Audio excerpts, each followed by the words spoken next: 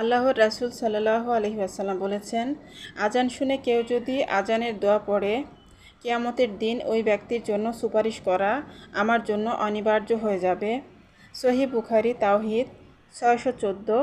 আসসালামু আলাইকুম আমার প্রিয় আপু ভাইয়ারা, আপনারা সবাই কেমন আছেন? আশা করছি আল্লাহ তাআলার অশেষ রহমতে আপনারা সবাই অনেক ভালো আছেন। আমরাও আলহামদুলিল্লাহ আল্লাহ তাআলার অশেষ রহমতে ভালো আছি। তো নতুন আরেকটি ভিডিও নিয়ে আপনাদের মাঝে চলে এলাম। আশা করছি আজকের ভিডিওটা আপনাদের কাছে ভালো লাগবে। তো এই তো আজকের ভিডিওটাও আমি সকাল থেকে শুরু করেছি। তো এখন এই যে আমি নাস্তা রেডি করে নিয়েছি। আর আজকে আমি বুটের ডাল দিয়ে আর নেহারি দিয়ে রান্না করেছিলাম। নেহারি বা পায়া যে যেটাই বলেন আর কি। তো সেটা দিয়ে আর কি বুটের ডাল দিয়ে রান্না করে নিয়েছি। তো সেটা আর অল্প করে করেছি। আমি দুইটা দিয়েছিলাম নেহারি, মানে দুইটা হাড্ডি দিয়েছিলাম আর কি। আর বুটের ডাল দিয়ে রান্না করে নিয়েছি আর সেই সাথে পরোটা করে নিয়েছি। তো এই তো এগুলো আমাদের আজকে সকালের নাস্তা। তো এখন এই যে আমি আর আমার হাজব্যান্ড নাস্তা করে নিব আর কিছু শসা কেটে নিয়েছি। তো আমরা এখন নাস্তা করে নিব আর আমার বাচ্চারা যখন উঠবে তখন আমার বাচ্চারাও নাস্তা করে নিবে। তো এখন এই যে আমার মেয়েকে আমি নাস্তা রেডি করে দিলাম। তো এখানে যে আমি ডিম পোস্ট করে নিয়েছি আর সেই সাথে কিছুটা ডাল দিয়ে দিয়েছি। তো ও বললো যে ও অত বড় হাড্ডি খেতে পারবে না, তো তার জন্যই আর কি ওকে এগুলো দিয়ে নাস্তা দিয়ে দিলাম। আর এখন এই যে আমি চা করে নিয়েছি। আর আমার বাচ্চাদের যেহেতু এখন পরীক্ষা চলতেছে, তো তার জন্য আর কি আমার বড় মেয়ের তো আমি আগেই বলেছিলাম যে 2:30টা থেকে পরীক্ষা শুরু হয়, তো সকালে নাস্তাটা করতে পারে। আর আমার ছোটো মেয়ের তো একটা পরীক্ষা হওয়ার পরে 3-4 দিন করে গ্যাপ থাকে। তার জন্য আর কি আমার ছোটো মেয়েও অনেকটা ফ্রি আছে। যেহেতু এইচএসসি পরীক্ষা চলছে তার জন্য কিন্তু এভাবে শিডিউল করেছে, একটা পরীক্ষা হওয়ার পরে কিন্তু 3-4 দিন করে ওদের বন্ধ আছে। তো এই তো এভাবেই আমাদের দিনকাল আর কি চলতেছে। আর আমি তো বলেছিলাম যে আমার শরীরটা একটু খারাপ, দুর্বল, তো আমার দুর্বলতা এখনও রয়েছে। তো ডাক্তারে আগে বলেছিল যে ডাব খেতে, মানে রেগুলার ডাব খেতে বলেছিল। তো আমার হাজব্যান্ড কালকে ডাব এনেছে। তো ডাব খাওয়ার পর একটু কিছুটা হলেও একটু এনার্জি পাইতেছি। তো এই তো আজকেও বললো যে আবারও ডাব নিয়ে আসবে। আর ডাবের তো কত দাম আপনারা তো সবাই জানেনই, একটা করে ডাব 150 টাকা করে নেয়। তো তো যাই হোক, এখন এই যে কিছু বাই মাছ কেটে দিয়ে গিয়েছিলো আমার হাজব্যান্ড, কিছু বাই মাছ এনেছিল, তো সেগুলো কেটে দিয়ে গিয়েছে। এখন আমি খুব ভালোভাবে পরিষ্কার করে ধুয়ে নিতেছি। ধুয়ে নিয়ে তারপর ফ্রিজে রেখে দিব। আর এই মাছগুলোকে আমাদের অঞ্চলে কিন্তু পাকাল মাছ বলে, এগুলোকে কিন্তু বাই মাছ বলে না।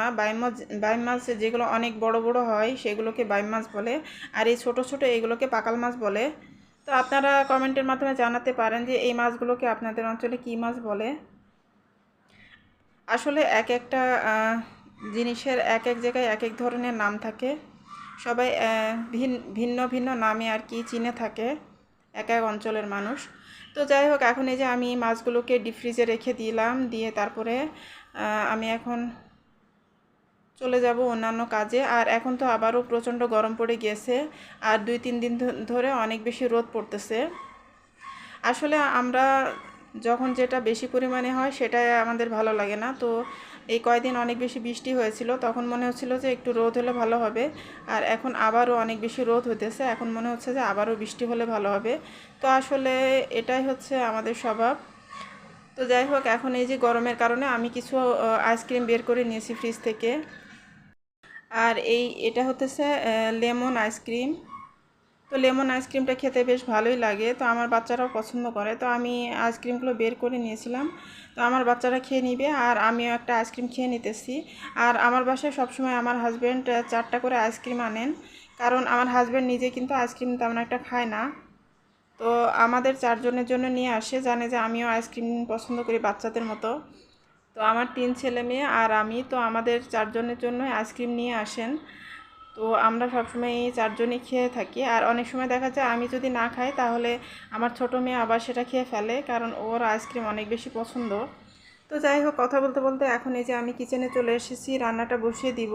তো আজকে আমি মাছের ভর্তা করব, তো তার জন্য আমি মাছগুলোকে সিদ্ধ বসিয়ে দিয়েছিলাম। তো মাছগুলোকে সিদ্ধ করে নিয়ে তারপরে আমি কাটা ছাড়িয়ে নিয়েছি, খুব ভালোভাবে আমি কাটাগুলো বেছে নিয়েছি। নিয়ে তারপরে এখন এই যে আমি প্যানের মধ্যে তেল দিয়ে তারপর পেঁয়াজ কুচি দিয়ে দিয়েছি। দিয়ে পেঁয়াজ কুচিটা হালকা করে সফট করে নিয়ে তারপরে আমি এখন কাটা বেছে রাখা মাছগুলো দিয়ে দিয়েছি। দিয়ে খুব ভালোভাবে নাড়াচাড়া করে ভেজে নিব। তো খুব বেশি কড়া করে ভাজবো না, হালকা করেই ভেজে নিব। তো হালকা করে আমি ভেজে নিয়েছি। আর এখান থেকে আমি কয়েকটি শুকনো মরিচ আগেই আমার ভেজে নেওয়া ছিল। তো আমি লবণ দিয়ে শুকনো মরিচটাকে খুব ভালোভাবে ম্যাশ করে নিব, হাতের সাহায্যে খুব ভালোভাবে ম্যাশ করে নিয়ে তারপরে সেই ভেজে রাখা মাছগুলো আমি এর মধ্যে দিয়ে দিব, দিয়ে খুব ভালোভাবে সব কিছু একসাথে মেখে নিব। তো এভাবে আমি মাছের ভর্তাটা সবসময় করে থাকি। আর মাছের ভর্তাটা কিন্তু খেতে অনেক বেশি মজা হয়, আর আমার বাসার সবাই কিন্তু মাছের ভর্তাটা অনেক বেশি পছন্দ করে। তো আমার ছোট মেয়ে এবং আমার বড় মেয়ে, দুই মেয়েই মাছ খেতে চায় না। তো এভাবে ভর্তা করে দিলে বাচ্চারা কিন্তু খেয়ে নেয়, বাচ্চারা কিন্তু বেশ পছন্দ করে। তো এখন আমি ধনিয়া পাতা কুচি দিয়ে দিলাম, আর সামান্য সরিষার তেলও দিয়ে দিব। সরিষার তেলটা একটু কমই দিব, যাতে করে যেহেতু আমি ফার্স্টে সরিষার তেল দিয়ে পেঁয়াজগুলো ভেজে নিয়েছিলাম, তো তার জন্য এখন সরিষার তেলটা কম দিয়েছি। তো এই তো আমার মজাদার মাছের ভর্তা হয়ে গেছে। আর আমি সেই সাথে গরুর মাংস রান্না করে নিয়েছি। তো গরুর মাংসের যে হাড্ডিগুলো থাকে, তো সেই হাড্ডির মাংসটা আজকে রান্না করেছি। তো অনেক বেশি হাড্ডি জমে গিয়েছিলো, তো সেখান থেকে কিছু হাড্ডি নিয়ে আজকে রান্না করে নিয়েছি। আর ডাল রান্না করে নিয়েছি। তো এই তো এগুলো হতেছে আমাদের দুপুরের আজকে খাবার দাবার। তো এই তো আমি সব কিছু রেডি করে টেবিলে দিয়ে দিয়েছি। তো এই তো এখানে মজাদার মাছের ভর্তা, তারপরে এই যে গরুর মাংস, হাড্ডির গরুর মাংস। তো এটা অনেক মজা হয়। আর আমি প্রেসার কুকারে দিয়ে রান্না করে নিয়েছি। তো হাড্ডিগুলো অনেকটাই নরম হয়ে গিয়েছে, এখন কিন্তু খেতে অনেক বেশি ভালো লাগে। আর এরকম হাড্ডিগুলো খেতে আমার কাছে তো অনেক বেশি ভালো লাগে। আর এখানে এই যে পুঁই শাকের ভাজিটা অনেকটা রয়ে গিয়েছে, আর এখানে ডাল রান্না করে নিয়েছি। তো এই তো, আর এখানে সকালবেলা খিচুড়ি রান্না করেছিলাম, তো সেই খিচুড়িটা বেশ কিছুটা রয়ে গিয়েছে। আর এখন হয়তো আপনারা চিন্তা করবেন যে সকালে তো আমি পরোটা করেছিলাম। তো আসলে পরোটা যে করেছিলাম সেটা আরেক দিনের ভিডিও, আর এই যে দুপুরে রান্না করেছি সেটাও কিন্তু অন্য আরেক দিনের ভিডিও। তো 2 দিনের ভিডিওই আমি একত্র করে কিন্তু আমি একটা ব্লগ ভিডিও তৈরি করেছি।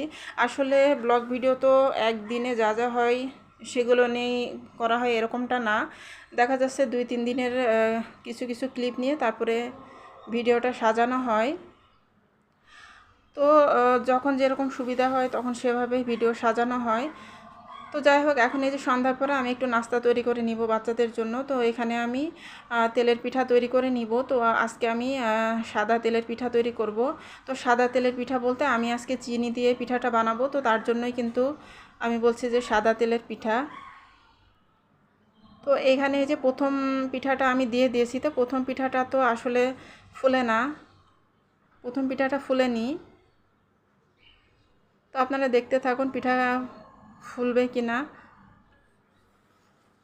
তো আমি পিঠা বানানোর জন্য যে ব্যাটারটা তৈরি করেছি, তো তার মধ্যে চালের যে গুঁড়া সেটা দিয়েছি, তারপরে কিছুটা ময়দা দিয়েছি, আর চিনি দিয়েছি, আর একটু সামান্য বেকিং পাউডার দিয়েছি। তো এগুলো দিয়ে আমি ব্যাটারটা তৈরি করে নিয়েছিলাম। আর এখন এই যে দ্বিতীয় পিঠাটা দিয়েছি, তো দ্বিতীয় পিঠাটা কিন্তু আগেরটার থেকে একটু বেশি ফুলেছে। তো এভাবে কিন্তু ফার্স্টের পিঠাগুলো কম ফুলে, তারপরে পরের পিঠাগুলো কিন্তু আস্তে আস্তে করে বেশি ফুলে, এবং পরের পিঠাগুলো কিন্তু বেশি সুন্দর হয় আর ফুলকো হয়। তো আমার প্রিয় আপু ভাইয়াদের কাছে তো আজকে লাইক চাওয়া হয়নি, সেই মহা গুরুত্বপূর্ণ জিনিসটা চাওয়া হয়নি।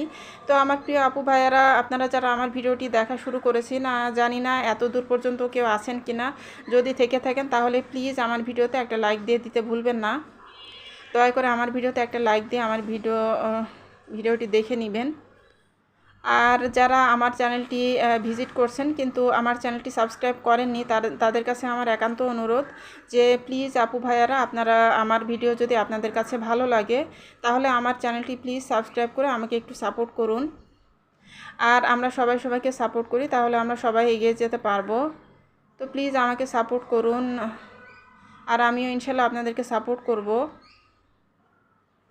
তো এইখানে এই যে আমি পিঠাগুলো তৈরি করে নিতেছি, আর এই পিঠাগুলো কিন্তু খেতে বেশ মজা হয়েছিল। আর আমার বাচ্চারা গুড় দিয়ে তৈরি করা পিঠাটা তেমন বেশি পছন্দ করে না, আর এই চিনি দিয়ে তৈরি করা পিঠাটা বেশ পছন্দ করে। তো আমি মাঝে মাঝে তৈরি করে দিই। তো বেশ কিছুদিন অবশ্য তৈরি করা হয়নি, তো ভাবলাম যে আজকে তৈরি করে দিই। তো এখানে এই যে আমার পিঠাগুলো তৈরি করে নেওয়া হয়ে গেছে। তো দেখুন মাশাআল্লাহ, পিঠাগুলো কিন্তু বেশ ভালো হয়েছে, আর খেতেও কিন্তু অনেক মজা হয়েছিল। তো এই যে দেখুন পিঠাগুলো কিন্তু বেশ ফুলকো হয়েছে। আর আমার হাজব্যান্ডও কিন্তু বেশ পছন্দ করেছিলেন, কারণ উনি এই মিষ্টি জাতীয় জিনিস খুব একটা বেশি খায় না। তো উনিও কিন্তু বেশ কয়েকটাই খেয়ে ফেলেছিলেন, তো বলছে যে বেশ মজাই তো হয়েছে। রাতের বেলা ডিনার করার পরে উনি খেয়েছেন। আর এখানে আমি দুধটা জাল করে নিয়েছি, কারণ বাচ্চারা যেহেতু দুধটা পছন্দ করে, তো তার জন্য দুধটাও জাল করে নিয়েছি। তো এই ছিল আজকে আমাদের সন্ধ্যার নাস্তা। তো আমার ভিডিও যদি আপনাদের কাছে ভালো লাগে, তাহলে আমার চ্যানেলটি সাবস্ক্রাইব করে প্লিজ আমার চ্যানেলের সাথে থেকে যেতে পারেন। আজকের মতো এখান থেকেই বিদায়। আল্লাহ হাফেজ। আসসালামু আলাইকুম।